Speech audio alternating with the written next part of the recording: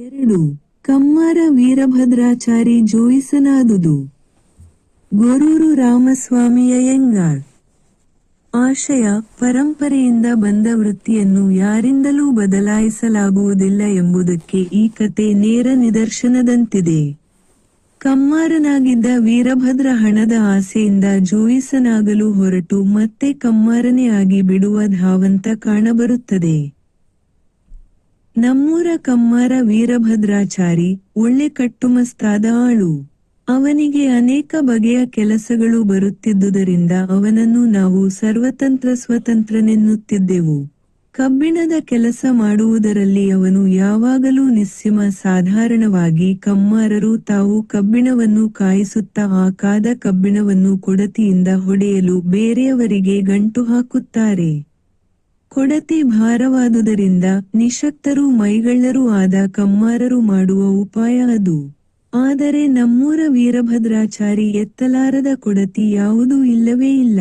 ಉಳಿದ ಬಡ ಆಳುಗಳು ವಿದುತ್ತಾ ಕೊಡತಿಯ ಭಾರಕ್ಕೆ ತಾವೇ ಓಲಾಡುತ್ತಿರುವಾಗ ವೀರಭದ್ರಾಚಾರಿ ಲೀಲಾಜಾಲವಾಗಿ ಒಂದೇ ಸಣ್ಣ ಕಡ್ಡಿಯನ್ನು ಎತ್ತುವಂತೆ ಕೊಡತಿಯನ್ನು ಎತ್ತಿ ಕಾದ ಕಬ್ಬಿಣದ ಮೇಲೆ ಇಳಿಸುತ್ತಿದ್ದನು. ಆ ವಿಟನ್ನು ತಾಳಲಾರದೆ ಕಬ್ಬಿಣದಿಂದ ಸಿಡಿಯುತ್ತಿದ್ದ ಉರಿಯ ಹೊಟ್ಟು ಮತ್ತು ಕೆಂಡಗಳು ಕತ್ತಿಗೆ ಕತ್ತಿ ಎದುರಾದಾಗ ಅವುಗಳ ತೀಕ್ಷ್ಣ ಅಲಗುಗಳಿಂದ ಹಾರುವ ರತ್ನ ಕಿಡಿಗಳಂತೆ ಕಾಣುತ್ತಿದ್ದವು.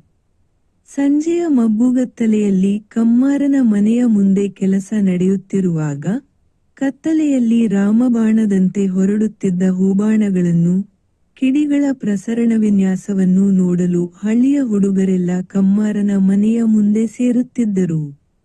ಹುಡುಗರಿಗೆ ಅಲ್ಲಿ ನಿತ್ಯವೂ ಬಾಣ ಬಿರಸುಗಳ ನಯನ ಮನೋಹರ ಪ್ರದರ್ಶನವೇ. ಆ ಮಬ್ಬು ಬೆಳಕಿನಲ್ಲಿ ಸೊಂಟದವರೆಗೆ ಮಾತ್ರ ಒಂದು ಚೌಕವನ್ನು ಸುತ್ತಿಕೊಂಡು ಕಾದ ಕಬ್ಬಿಣದಿಂದ ಹಾರುತ್ತಿರುವ ಕಿಡಿಬಾಣಗಳು ತನ್ನ ಮೈಮೇಲೆಯೇ ಮಷ್ಪವೃಷ್ಟಿ ಮಾಡುವುವು ಎಂಬಷ್ಟು ಅವುಗಳ ಹತ್ತಿರದಲ್ಲಿ ಕುಳಿತಿರುತ್ತಿದ್ದ ಆರೆಮಯ್ಯನ ಕಮ್ಮಾರ ಬಾಲಕರಿಗೆ ಅಲ್ಲಾವುದ್ದೀನನ ಮಾಯಾದೀಪದ ಮಾಂತ್ರಿಕನಾಗಿ ತೋರುತ್ತಿದ್ದನು. ಕಮ್ಮಾರ ವೀರಭದ್ರಾಚಾರಿ ಸ್ವತಂತ್ರನೆಂದು ಹೇಳಿದೆ. ಅದು ಬಹಳ ದೊಡ್ಡ ಬಿರುದು. ಕರ್ಮಕುಶಲಿಯಾಗಿ ಕರ್ಮದಕ್ಷನಾದವನಿಗೆ, ನಾನಾ ಕರ್ಮಗಳನ್ನು ಕಲಿತವನಿಗೆ ಮಾತ್ರ ಕೊಡುವ ಬಿರುದು ಅದು.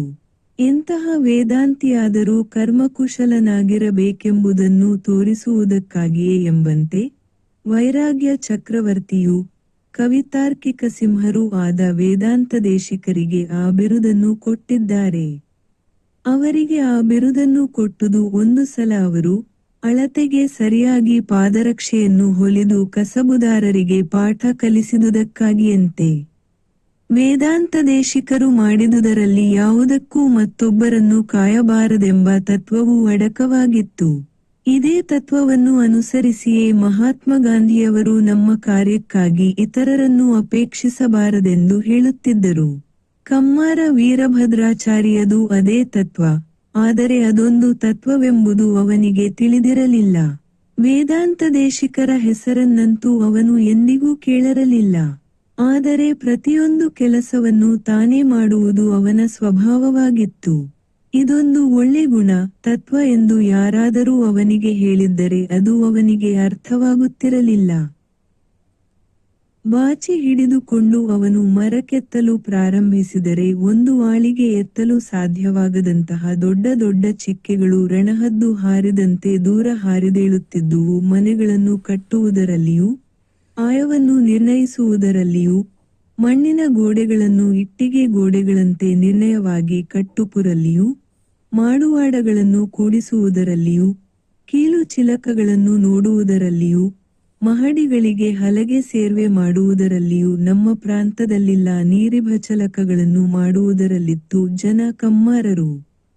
ಬಡಗಿಗಳು, ನಾಗಾರೆ ಕೆಲಸಗಾರರ ಕಾರ್ಯವನ್ನೆಲ್ಲ ಅವನೊಬ್ಬನ ಮನಸ್ಸಿದ್ದು ಪ್ರಾಂತದಲ್ಲಿ ನೂರಾರು ಮನೆಗಳನ್ನು ಕಟ್ಟಿದನ್ನು ನಮ್ಮ ಹಳ್ಳಿಗಳಲ್ಲಿ ಎಲ್ಲೆಲ್ಲಿ ನೋಡಿದರೂ ವೀರಭಲ್ಲೊಬ್ಬನೇ ಮಾಟ್ಟ ನಮನಗಾಂತ ಮನೆಗಳ ಬಿಗಿಯನ್ನು ಆಯವನ್ನು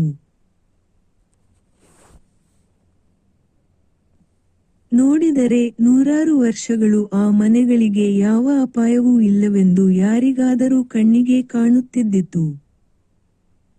ನಮ್ಮೂರ ಪೂಜಾರಿ ನರಸಿಂಹಯ್ಯನ ಮನೆಯನ್ನು ವೀರಭದ್ರಾಚಾರಿ ಕಟ್ಟಿದನಷ್ಟೇ. ಪಟ್ಟಣಗಳಲ್ಲಿದ್ದರೆ ಆ ಮನೆಗೆ 60-70 ಸಾವಿರ ಬೀಳುತ್ತಿತ್ತು. ಹಳ್ಳಿಯೇ ಆದರೂ ನಮ್ಮ ಊರಿನಲ್ಲಿ ಆಗಿನ ಕಾಲದಲ್ಲಿಯೇ 10,000 ರೂಪಾಯಿ ಬಿದ್ದಿತ್ತು. ಬೆಲೆಯ ದೃಷ್ಟಿಯಿಂದಲೂ ಉಪಯೋಗಿಸಿದ ಸಾಮಾನುಗಳ ಯೋಗ್ಯತೆಯಿಂದಲೂ ನರಸಿಂಹಯ್ಯನ ಮನೆಯೇ ವೀರಭದ್ರಾಚಾರಿ ಕಟ್ಟಿದ ಮನೆಗಳಲ್ಲೆಲ್ಲ ಶ್ರೇಷ್ಠವಾದುದು. ಹಿಂದೆ ನರಸಿಂಹಯ್ಯ ದೇವರ ಪೂಜೆ ಮಾಡುತ್ತಿದ್ದರೂ ವ್ಯವಸಾಯಗಾರನಾಗಿದ್ದುದರಿಂದ ಊರಿನ ಜೋಯಿಸರಿಗೆ ಪದ್ಧತಿಯಂತೆ ಒಂದು ಹೊರೆ ಹುಲ್ಲನ್ನು ಕೊಡುತ್ತಿದ್ದನು. ಅದು ಅನೇಕ ತಲೆಮಾರುಗಳಿಂದ ನಡೆದುಕೊಂಡು ಬಂದ ಪದ್ಧತಿ. ಆದರೆ ಈಚೆಗೆ ನರಸಿಂಹಯ್ಯ ತಾನೇ ದೇವರ ಪೂಜಾರಿಯಾಗಿರುವಾಗ ಜೋಯಿಸರಂತೆಯೇ ಮನುಷ್ಯ ಶಕ್ತಿಯನ್ನು ಅವಲಂಬಿಸಿಕೊಂಡಿರುವಾಗ ಈ ಹುಲ್ಲಿನ ಕಾಣಿಕೆಯನ್ನು ಜೋಯಿಸರಿಗೆ ತಾನು ಕೊಡುವುದು ಅನಾವಶ್ಯಕವೆಂದು ಭಾವಿಸಿದನು. ಜೋಯಿಸರದು ನಕ್ಷತ್ರ ಗ್ರಹಗಳ ಪೂಜೆ, ನನ್ನದು ಅವುಗಳಿಗಿಂತ ಹೆಚ್ಚಾದ ಆಂಜನೇಯನ ಪೂಜೆ, ನನ್ನದೇನು ಕಡಿಮೆ ಎಂದುಕೊಂಡನು. ಆ ವರುಷ ಜೋಯಿಸರು ಅವನ ಕಣಕ್ಕೆ ಹುಲ್ಲಿಗಾಗಿ ಬಂದಾಗ ಪೂಜಾರಿಯು, ಇನ್ನು ನನ್ನ ಮೇಲೆ ನಿಮ್ಮ ಗ್ರಹಗಳ ಆಟ ನಡೆಯುವುದಿಲ್ಲ. ನಿಮಗೆ ಗ್ರಹಗಳಿದ್ದರೆ ನನಗೆ ಆಂಜನೇಯ ಇದೆ, ಹೋಗಿ ಎಂದನು.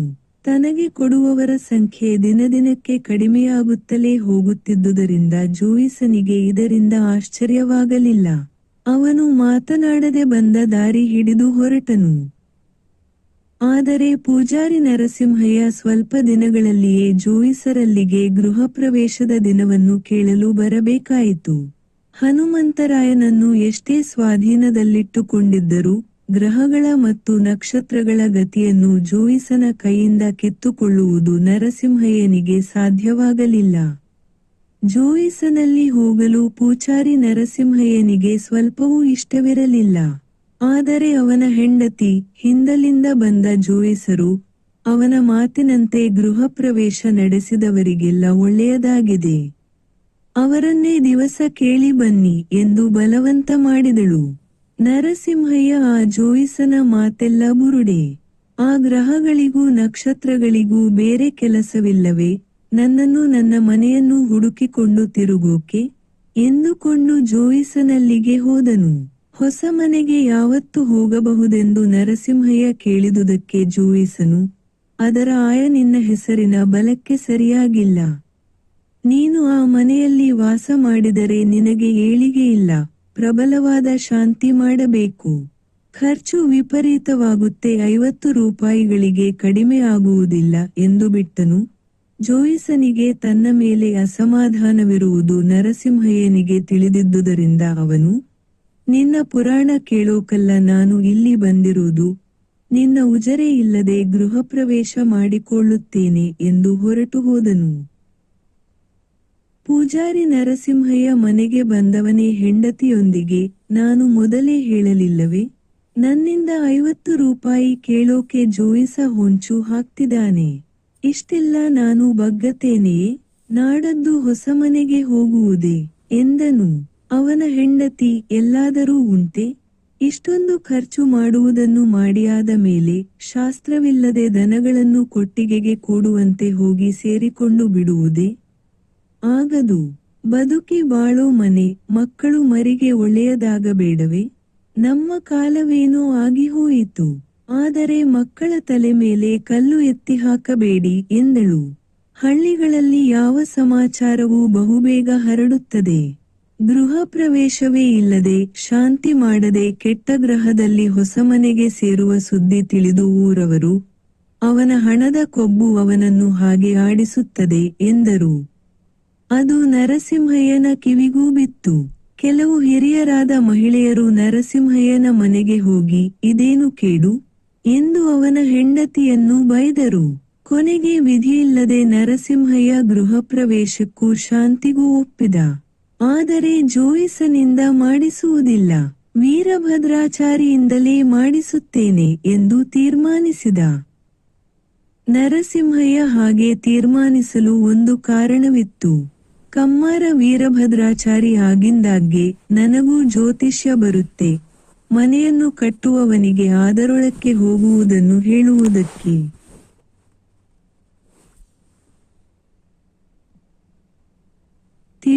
ಆಗುವುದಿಲ್ಲವೇ ಎನ್ನುತ್ತಿದ್ದನು. ವೀರಭದ್ರಾಚಾರಿ ಯಾವ ಕಾರ್ಯವನ್ನೂ ಮಾಡಬಲ್ಲನೆಂಬ ನಂಬಿಕೆ ನಮ್ಮೂರ ಆತರರಿಗೆ ಇದ್ದಂತೆ ನರಸಿಂಹಯ್ಯನಿಗೂ ಇದ್ದಿತು. ಅಲ್ಲದೆ ಜೋಯಿಸನ ಮುಖಭಂಗ ಮಾಡಲು ಸಿಕ್ಕಿದನ ಅವಕಾಶವನ್ನು ಅವನ ಬಿಡಲು ಇಷ್ಟಪಡಲಿಲ್ಲ. ಈ ಜೋಯಿಸ ತನ್ನ ಕೋಳಿ ಕೂಗದಿದ್ದರೆ ಬೆಳಗ್ಗೆ ಆಗುವುದಿಲ್ಲವೆಂದು ತಿಳಿದಿದ್ದಾನೆ ಎಂದುಕೊಂಡನು ಅವನು. ಅದೇ ದಿನ ನರಸಿಂಹಯ್ಯ ವೀರಭದ್ರಾಚಾರಿಯನ್ನು ಕಂಡು, ಗೃಹ ಪ್ರದೇಶ ಮುಹೂರ್ತ ನೀನೇ ನಿರ್ಣಯಿಸಿ ಕೊಡು ಎಂದನು. ಸ್ವಲ್ಪ ಅನುಮಾನಿಸಿದ ನಂತರ ವೀರಭದ್ರಾಚಾರಿ ಆಗಲಿ ಎಂದನು. ವೀರಭದ್ರಾಚಾರಿಗೆ ಸ್ವಲ್ಪ ಮಟ್ಟಿಗೆ ಓದುವುದು ಬರುತ್ತಿತ್ತು. ಅವನು ಕೂಡಲೇ ಪಂಚಾಂಗ ತರಿಸಿ ಹೇಗೋ ಒಂದು ದಿನವನ್ನು ಗೊತ್ತು ಮಾಡಿದನು. ಆನಂತರ ಗೃಹ ಪ್ರವೇಶ ಸಂದರ್ಭಗಳಲ್ಲಿ ಜೋಯಿಸ ಹೇಗೆ ಹೇಗೆ ಮಾಡುತ್ತಾನೆ ಇವುಗಳನ್ನೆಲ್ಲ ಜ್ಞಾಪಿಸಿಕೊಂಡುದಲ್ಲದೆ, ಗೃಹ ಪ್ರವೇಶವಾಗಿದ್ದವರ ಮನೆಯ ಯಜಮಾನನಿಂದಲೂ ಸಂಗತಿಗಳನ್ನೆಲ್ಲ ತಿಳಿದುಕೊಂಡನು. ಹೂವು, ಹಣ್ಣು, ಎಲೆ, ಅಡಿಕೆ, ತೆಂಗಿನಕಾಯಿ, ಹೊಸ ಬಟ್ಟೆ, ಕಲಶಗಳು, ಬೇಯಿಸಿದ ಬಣ್ಣ ಬಣ್ಣದ ಅನ್ನ, ತನಗೆ ತನ್ನ ಹೆಂಡತಿಗೆ ಪಂಚೆ, ಸೀರೆ, ಕೊನೆಗೆ ಜೋಯಿಸ ಕೇಳಿದ ಶಾಂತಿಯ ವಿಷಯ ತಿಳಿದ ನಂತರ ವೀರಭದ್ರಾಚಾರಿಯು ಶಾಂತಿಯ ಕಡೆಗೆ 100 ರೂಪಾಯಿ ಬೇಕೆಂದು ಕೇಳಿದನು. ನರಸಿಂಹಯ್ಯ ಮೂಜಾರಿಗೆ ಒಳ್ಳೆಯ ಪೀಕಲಾಟಕ್ಕೆ ಬಂತು. ಆದರೆ ಅವನೇನೂ ಮಾಡುವಂತಿರಲಿಲ್ಲ.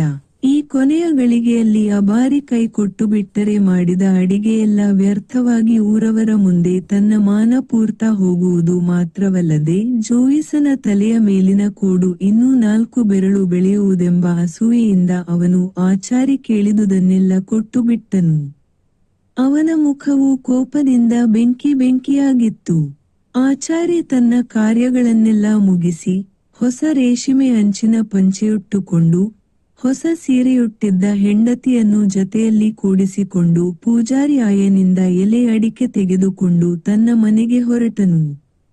ನವಧಾನ್ಯ, ಕಾಯಿಹಣ್ಣು, 2 ಆಳಿನ ಹೊರೆಯನ್ನು ಆಚಾರಿ ಹೊಸ ಹೊಸ ಮಂಕರಿಗಳಲ್ಲಿ ಪಾಕಿಸಿ ಹೊರಿಸಿಕೊಂಡು ಮನೆಗೆ ನಡೆದನು. ಏಕಕಾಲದಲ್ಲಿ 4 ತಿಂಗಳು ಕಷ್ಟಪಟ್ಟು ದುನೆ ಕಟ್ಟಿದುದಕ್ಕಿಂತ ಈ ಒಂದು ದಿನದ ಕಾರ್ಯದಲ್ಲಿಯೇ ಹೆಚ್ಚು ಸಂಪಾದನೆಯಾಯಿತೆಂದು ಅವನಿಗೂ ಪೂಜಾರಿ ಆಯನಿಗೂ ಹೊಳೆಯಿತು. ಗೃಹ ಪ್ರವೇಶಕ್ಕೆ ನಮ್ಮೂರ ಜೋಯಿಸನಿಗೆ ಯಾರೂ ಅಷ್ಟೊಂದು ಮರ್ಯಾದೆ ಮಾಡಿರಲಿಲ್ಲ. ವೀರಭದ್ರಾಚಾರಿ ಗಂಧಾಕ್ಷತೆಗಳನ್ನು ಹಚ್ಚಿ ನೆತ್ತಿಗೆ ದುಂಡಾದ ಕುಂಕುಮದ ಬೊಟ್ಟನ್ನಿಟ್ಟುಕೊಂಡು ಪೂಜಾರಿಯಿಂದ ಉಡುಗೊರೆಯಾಗಿ ಸಂದಿದ್ದ ಹೊಸ ಪಂಚೆಯನ್ನುಟ್ಟು, ಕಟ್ಟುಮಸ್ತಾದ ಮೈಯನ್ನು ಬೆಳಗಿಸುತ್ತಾ ಹೆಂಡತಿಯೊಡನೆ ಮನೆಗೆ ಹೊರಟಾಗ ಅವರಿಬ್ಬರು ಶಿವಪಾರ್ವತಿಯರಂತೆ ಕಂಡರು. ನಮ್ಮ ಊರವರು, ಬೇಪಿವನು ಹುಟ್ಟು ಜೋಯಿಸನಂತೆಯೇ ಕಾಣುತ್ತಾನೆ, ಯಾವುದಕ್ಕೂ ಸಾಯಿ ಎಂದು ಮೆಚ್ಚಿಗೆ ಮಾತುಗಳನ್ನಾಡುತ್ತಾ ತಮ್ಮ ತಮ್ಮ ಮನೆಗಳಿಗೆ ಹೋದರು. ಆದರೆ ಈ ಸಂಗತಿಯಿಂದ ಆಚಾರ್ಯ ಮನಸ್ಸಿನ ಮೇಲೆ ವಿಚಿತ್ರವಾದ ಪರಿಣಾಮ ಉಂಟಾಯಿತು. ಅವನ ಮುಂದೆ ಹೊಸ ಜಗತ್ತು, ಹೊಸ ಅವಕಾಶ, ಹೊಸ ಹುದ್ದೆ ತೆರೆದಂತಾಯಿತು. ಆ ಹುದ್ದೆ ಬಹು ಸುಲಭವಾಗಿಯೂ ಅವನಿಗೆ ತೋರಿತು. ಜೋಯಿಸನಾಗುವುದು ಆಚಾರಿಯಾಗುವುದಕ್ಕಿಂತ ಸುಲಭ. ಅದರಲ್ಲಿ ಹೆಚ್ಚು ಲಾಭವೂ ಇದೆ. ಗಾಂಭೀರ್ಯ, ಗೌರವ, ಘನತೆಯೂ ಇದೆ. ಕೆಲಸವೂ ಕಡಿಮೆ. ನಾನು 3 ತಿಂಗಳು ಮನೆ ಕಟ್ಟುವುದು ಒಂದೇ, 1 ದಿವಸ ಜೋಯಿಸನಾಗಿರುವುದು ಒಂದೇ ಎಂದು ಅವನಿಗೆ ತೋರಿತು. ಈ ಹೊಸ ಉತ್ಸಾಹದಲ್ಲಿ ಅವನಿಗೆ ಶಾನು ನಮ್ಮ ಪ್ರಾಂತದಲ್ಲಿ ಕಟ್ಟಿರುವ ಆ 100 ಮನೆಗಳು ತಾನಿಲ್ಲದಿದ್ದರೆ ಆಗುತ್ತಿರಲಿಲ್ಲವೆಂಬುದು, ಆ ಮನೆಗಳಲ್ಲಿ ಪ್ರತಿನಿತ್ಯ ತನ್ನ ಹೆಸರು ಎಲ್ಲರ ಬಾಯಲ್ಲೂ ಇರುವುದು ಮರೆತೇ ಹೋಯಿತು. ತಾನು ಮನೆಯ ಕಂಬ, ಜೋಯಸ ಬರಿಯ ಮನೆಯ ಬಣ್ಣ ಎಂಬುದು ಅವನಿಗೆ ಮರೆಯಿತು. ನಿಜವಾಗಿ ಜೋಯಿಸನಾಗುವ ಮರಳು ಮರೀಚಿಕೆ ಅವನ ಮನವನ್ನಾಕ್ರಮಿಸಿತು. ಮರುದಿನವೇ ಅವನು ಜ್ಯೋತಿಷ್ಯ ಚಿಂತಾಮಣಿ, ಆರೂಢ ಪ್ರಶ್ನಚಂದ್ರಿಕೆ, ವಿದ್ಯಾಸರು ಮುಂತಾದ ಗ್ರಂಥಗಳನ್ನೆಲ್ಲ ತರಿಸಿ ನಕ್ಷತ್ರಗಳನ್ನೆಲ್ಲ ಉರುಹಾಕತೊಡಗಿದನು. ಅವನ ಉಳಿ, ಗರಗಸು ರುಚಿ, ಹತ್ತರಿ ಒಂದೊಂದು ಆಯುಧವು ಒಂದೊಂದು ರಾಜ್ಯವನ್ನು ಕಟ್ಟಲು ಸಮರ್ಥವಾದುವು. ಉಪೇಕ್ಷಿತವಾಗಿ ಕುಮರು ಹಿಡಿದು ಮೂಲೆಗೆ ಬಿದ್ದುದನೂರಗೊಂದೊಂದು ಬಾರಿ ಉಪಯೋಗಿಸುತ್ತಿದ್ದಾಗ ಯೌವನದ ಉತ್ಸಾಹ ಕೊಳಪಿನಲ್ಲಿ ಜ್ವಲಿಸುತ್ತಿ ಬೆಲೆಗೆ ಹೆಚ್ಚು ಕೊರಗುತ್ತಿದ್ದವು ಆಯಾ ಪಂತ್ರವಾಗಿ, ನಿರ್ಮಾಲ್ಯವಾಗಿ ಮುನ್ನಡೆಸಿದಂತೆ.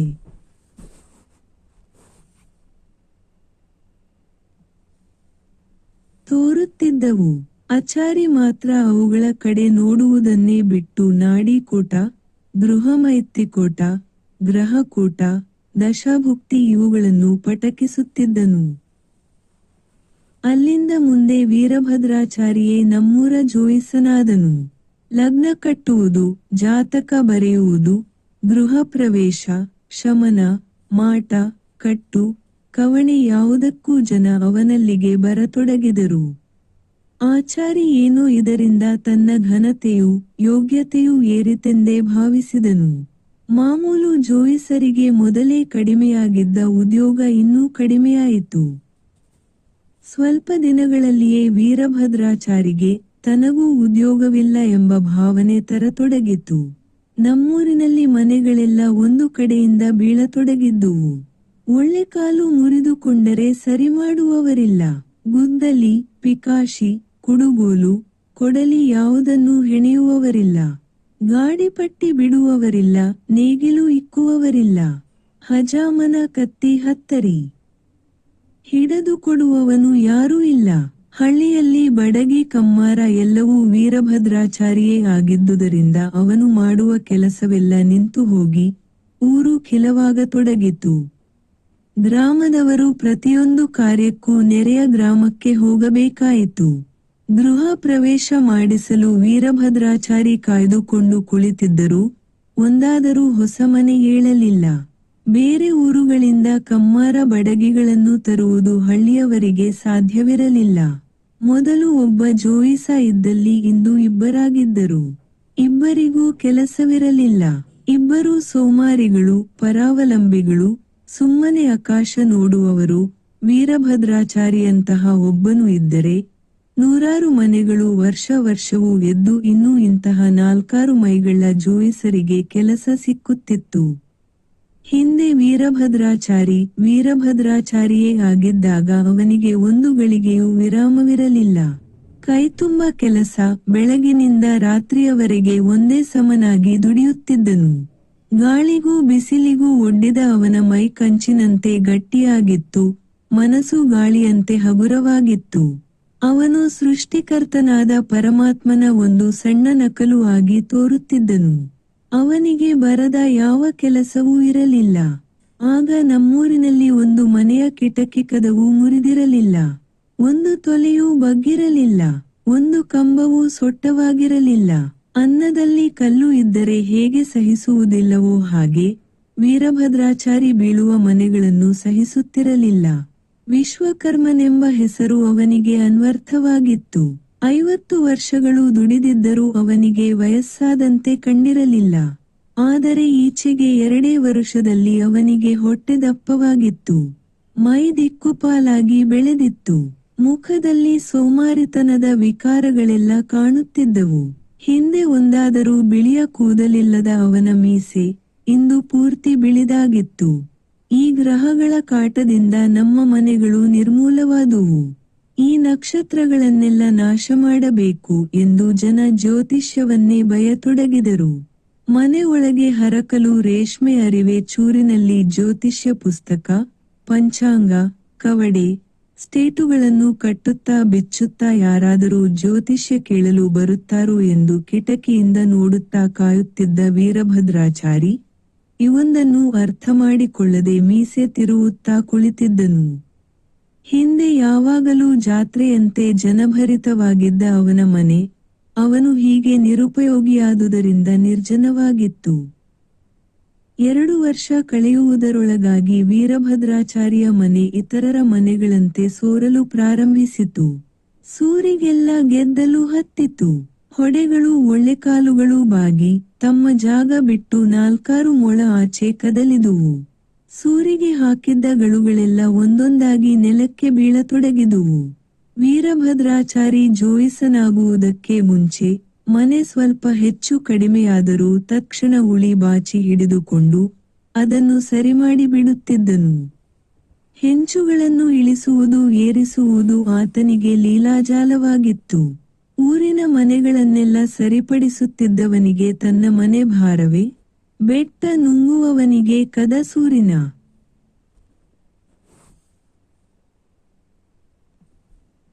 ಉಪ್ಪಳ, ಗಂಡನ ಈ ಉತ್ಸಾಹವನ್ನು ನೋಡಿ ಹೆಂಡತಿ ಸಹ ಮನೆಯನ್ನು ಸಾರಿಸಿ ಸುಣ್ಣಬಣ್ಣ ಮಾಡಿ ಒಳ ಇಟ್ಟಿದ್ದರು.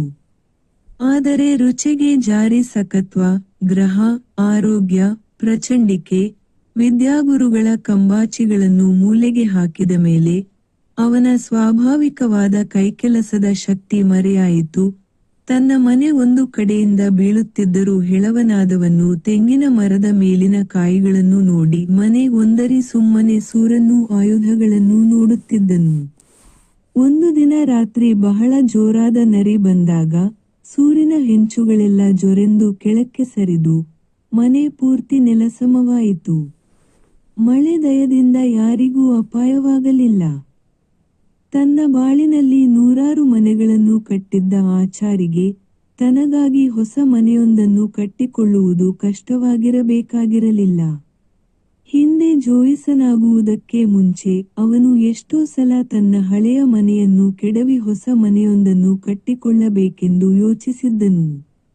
ಆದರೆ ಅದು ಅವನಿಗೆ ಬರಿಯ 8-10 ದಿನಗಳ ಕೆಲಸವಾಗಿ ತೋರಿದ್ದುದರಿಂದ, ಇದೇನು ಮಹಾ ಸಣ್ಣ ಕೆಲಸ, ಯಾವತ್ತಿದ್ದರೂ ಮಾಡಿಕೊಳ್ಳಬಹುದೆಂದು ಸುಮ್ಮನಾಗಿದ್ದನು. ಅಲ್ಲದೆ ಇತರರ ಮನೆಗಳನ್ನು ಕಟ್ಟುವುದರಲ್ಲಿ ತೊಡಗಿದ್ದ ಅವನಿಗೆ ಆಗ ಒಂದು ಗಳಿಗೆಯೂ ವಿರಾಮವಿರಲಿಲ್ಲ. ಆದರೆ ಈಗ ತನ್ನ ಮನೆ ಬಿದ್ದ ಮೇಲೆ ಹೊಸ ಮನೆಯನ್ನು ಕಟ್ಟದೆ ಅವನಿಗೆ ನಿರ್ವಾಹವೇ ಇರಲಿಲ್ಲ. ಅವನು ಕಟ್ಟಲು ಪ್ರಾರಂಭಿಸಿದನು. ವೀರಭದ್ರಾಚಾರಿ ತಾನೇ ಜೋಯಿಸನಾದುದರಿಂದ ಮನೆಗೆ ತಳಹದಿ ಹಾಕುವ ದಿನ, ಗುದ್ದಲಿ ಪೂಜೆಯ ಆಟಾಟೋಪವನ್ನೇ ಬಹಳ ಮಾಡಿದನು. ಊದುಕಡ್ಡಿ, ಕಾಯಿ, ಕುಂಕಮ, ಬಣ್ಣದ ಅನ್ನ, ಹಣತೆಗಳ ರಂಗುರವಾಲ್ ಮಾಡಿದನು. ಊರಿನವರಿಗೆ ಎಷ್ಟು ಕಲ್ಪ ಕಳೆದರೂ ಅಲುಗಾಡದ ರೀತಿಯಲ್ಲಿ ಆಯ ಹಾಕಿದ್ದಾನೆ. ಅದಕ್ಕೆ ಇಷ್ಟು ಮಂತ್ರತಂತ್ರ ಎಂಬ ಭಾವನೆ ಬಂದಿತು. ಗುದ್ದಲಿ ಪೂಜೆಯಾದ ನಂತರ ತಳಪಾಯವನ್ನು ತೆಗೆಯಬೇಕಷ್ಟೇ. ಹಿಂದಲ ಕಾಲದಲ್ಲಾಗಿದ್ದರೆ ಆಚಾರಿ ತಾನೇ ಪಿಕಾಸಿ ಹಿಡಿದುಕೊಂಡು 2-3 ಮೈಯಾಳುಗಳೊಂದಿಗೆ ಸೊಂಟದವರೆಗೆ ತಳಹದಿಯನ್ನು ಹಿಡಿದು ಬಿಡುತ್ತಿದ್ದನು. ಇವನ ಸಹಾಯ ಊರಿನವರಿಗೆ ಬೇಕಾಗಿದ್ದುದರಿಂದ ಮೈಯಾಳುಗಳು ಬರುತ್ತಲೂ ಇದ್ದರು. ಆದರೆ ಈಗ ಆಚಾರಿ ಎಲ್ಲ ಕಾರ್ಯಗಳನ್ನು ಹಣ ಕೊಟ್ಟು ಆಳುಗಳ ಮೂಲಕವೇ ಮಾಡಿಸಬೇಕಾಗಿತ್ತು. ಪಿಕಾಸಿ ಗುದ್ದಲಿಗಳ ಕಾವು ಹೋದರೂ ಅದನ್ನು ಅವನು ಹಾಕಲಾರದವನಾಗಿದ್ದನು. 3 ದಿನಗಳಲ್ಲಿ ಆಗಬೇಕಾಗಿದ್ದ ತಳಹದಿ ಆಗೆಯುವುದು 30 ದಿನಗಳಾದರೂ ಮುಗಿಯಲಿಲ್ಲ. ಕಂಚಿನಂತಹ ಗೋಡೆಗಳನ್ನು ಹಾಕಿ ಅಭ್ಯಾಸವಾಗಿದ್ದ ಅವನಿಗೆ, ಕೂಲಿ ಆಳುಗಳು ಮಣ್ಣನ್ನು ಸರಿಯಾಗಿ ಕಲಸದೆ ಸೊಟ್ಟಪಟ್ಟವಾಗಿ ಹಾಕಿದ ಗೋಡೆಗಳನ್ನು ಕಂಡು ಮೈ ಉರಿಯಿತು. ಹಾಗೂ ಹೀಗೂ ಗೋಡೆ ಎದ್ದ ಮೇಲೆ ಆಚಾರಿ, ಮನೆಯ ಮರಕೆಲಸವನ್ನೆಲ್ಲ ಒಬ್ಬ ಬಡಗಿಗೆ ಗುತ್ತಿಗೆಗೆ ಕೊಟ್ಟನು. ಆ ಬಡಗಿ ಅಷ್ಟು ಬುದ್ಧಿವಂತನಲ್ಲ. ಆದರೆ ಬಹಳ ದುರಾಶೆಯವ.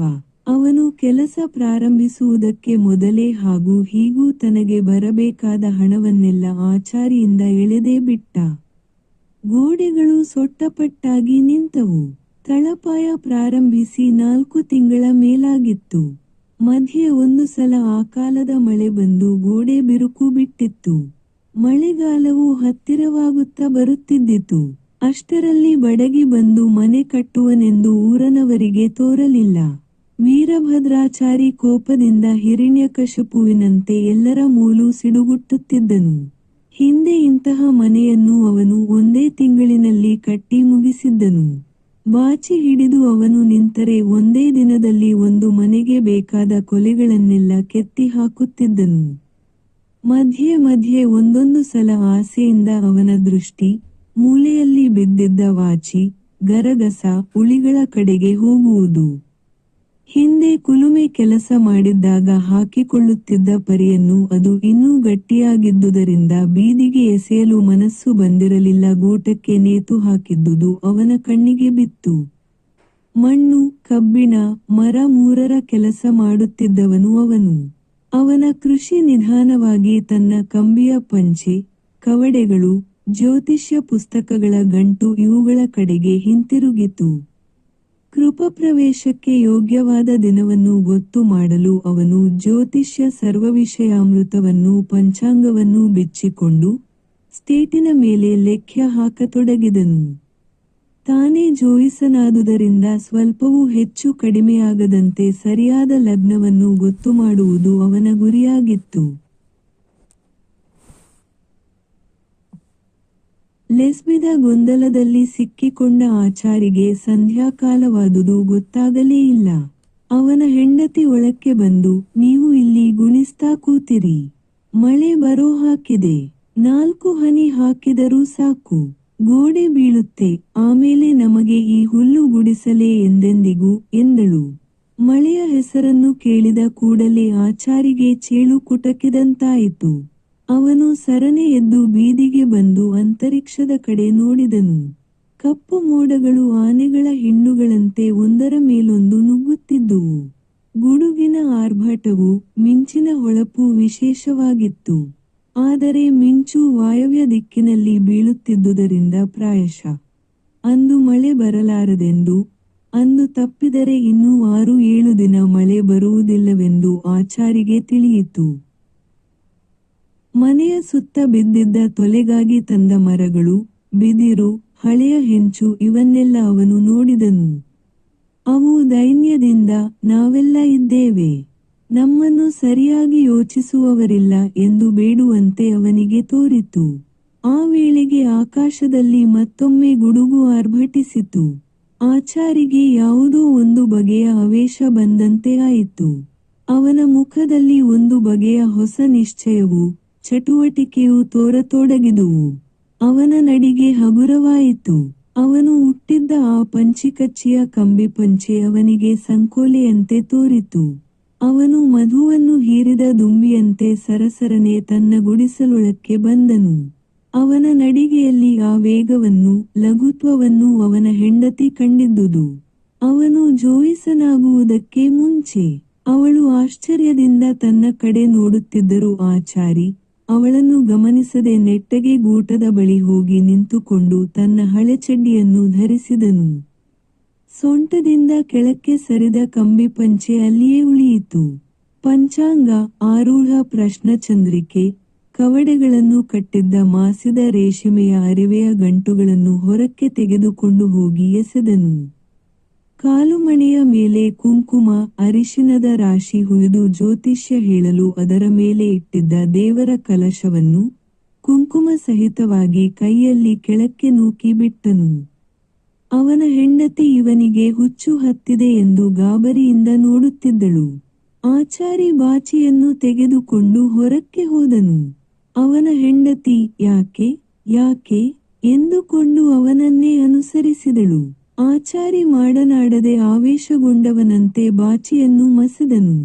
ತುಮರು ಹಿಡಿದಿದ್ದ ಬಾಚಿ ಆ ಕತ್ತಲೆಯಲ್ಲಿ ಬೆಳ್ಳಿಯ ಗೆರೆಯಂತೆ ಹೊಳಪಾಗಿ ತೋರಿತು. ಮೋಡಗಳು ಚದುರಿ ಆಕಾಶದಲ್ಲಿ ಸುಮಾರಾಗಿ ನಕ್ಷತ್ರಗಳು ಕಾಣತೊಡಗಿದವು. ಪಂಚಾಂಗವನ್ನು ನೋಡಲು ಪ್ರಾರಂಭಿಸುವುದಕ್ಕೆ ಮುಂಚೆ ಆಚಾರಿ ಇಷ್ಟು ಬೆಳಕಿನಲ್ಲಿಯೇ ಕೆಲಸ ಮಾಡುತ್ತಿದ್ದನು. ಆಗಲೂ ಆಚಾರಿ ಬಂದವನೇ ತೊಲೆಗಾಗಿ ಅಲ್ಲಿ ಬಂದು ಬಿದ್ದಿದ್ದ ಮರವನ್ನು ಕೆತ್ತಲು ಪ್ರಾರಂಭಿಸಿದನು. ಥಣಾರ್ ಥಣಾರ್ ಎಂದು ದಪ್ಪ ದಪ್ಪ ಚಕ್ಕೆಗಳು ಹಾರತೊಡಗಿದುವು.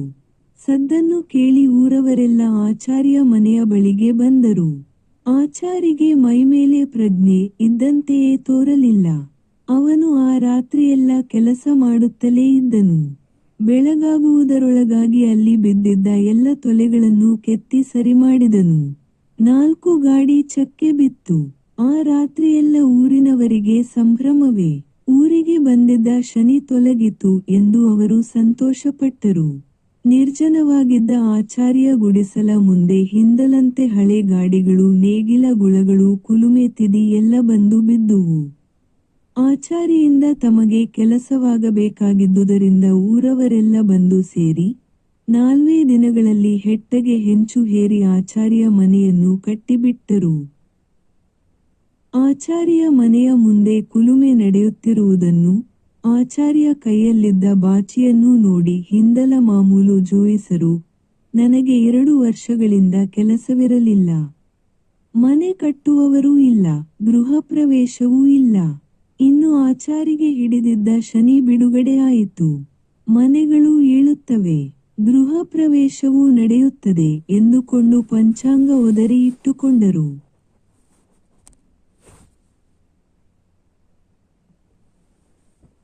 ಕತೆಗಾರರ ಪರಿಚಯ. ಗೊರೂರು ರಾಮಸ್ವಾಮಿ ಅಯ್ಯಂಗಾರ್ 1904 1991. ಗಾಂಧಿವಾದಿಗಳಾಗಿದ್ದ ಇವರು ಹುಟ್ಟಿದ್ದು ಹಾಸನ ಜಿಲ್ಲೆಯ ಅರಕಲಗೂಡು ತಾಲೂಕಿನ ಗೊರೂರು ಗ್ರಾಮದಲ್ಲಿ. ಭಾರತದ ಸ್ವಾತಂತ್ರ್ಯ ಹಳ್ಳರು ಚಿತ್ರಗಳು, ನಮ್ಮ ಊರಿನ ರಸಿಕರು, ಹಳ್ಳಿಯ ಹಾಡುಗಳು, ಹಳ್ಳಿಯ ಬಾಳು, ಗರುಡಗಂಬದ ದಾಸಯ್ಯ ಇವು ಇವರ ಕೆಲವು ಮುಖ್ಯ ಕಥೆ, ಪ್ರಬಂಧ, ವಿನೋದ ಚಿತ್ರಗಳು. ಪುನರ್ಜನ್ಯ, ಮೆರವಣಿಗೆ, ಸೇವಾವತಿ, ಇಂದ ಕಾದಂಬರಿಗಳು, ಕೃತಿಗಳನ್ನು ರಚಿಸಿದ್ದಾರೆ.